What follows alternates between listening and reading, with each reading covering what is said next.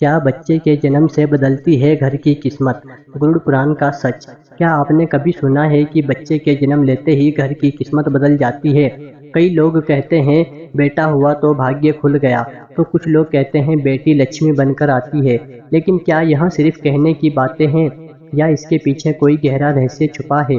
गरुड़ पुराण और अन्य धार्मिक मान्यताओं के अनुसार हर आत्मा अपने साथ अपने कर्मों का फल लेकर जन्म लेती है। जब कोई बच्चा इस दुनिया में आता है तो वह केवल एक नया जीवन नहीं होता, बल्कि वह अपने साथ एक नई ऊर्जा, नई परिस्थितियाँ और नए बदलाव लेकर आता है। यही कारण है कि कई बार बच्चे के जन्म के बाद घर की स्थिति बदलने लगती है।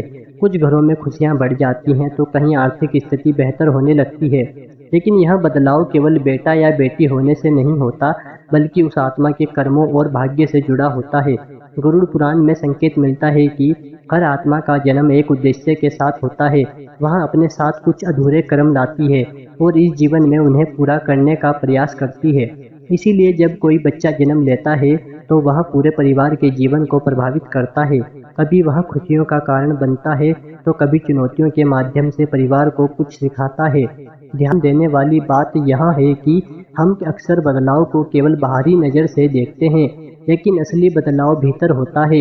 एक बच्चे के आने से घर में जिम्मेदारियां बढ़ती हैं, लोगों का व्यवहार बदलता है, सोचने का तरीका बदल जाता है और यही बदलाव धीरे धीरे घर की किस्मत को बदलने लगता है।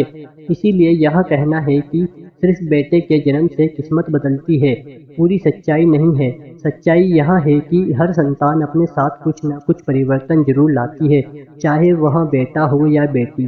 अंत में यह सब कर्म और समय का खेल है। तो अगली बार जब आप सुनें कि किसी बच्चे के जन्म से घर की किस्मत बदल गई, तो यह समझने की कोशिश करें कि असल में बदलाव कहाँ हुआ है, क्योंकि किस्मत बदलने से पहले सोच और कर्म बदलते हैं। तो दोस्तों, जानकारी पसंद आई हो तो चैनल को लाइक और सब्सक्राइब जरूर करें।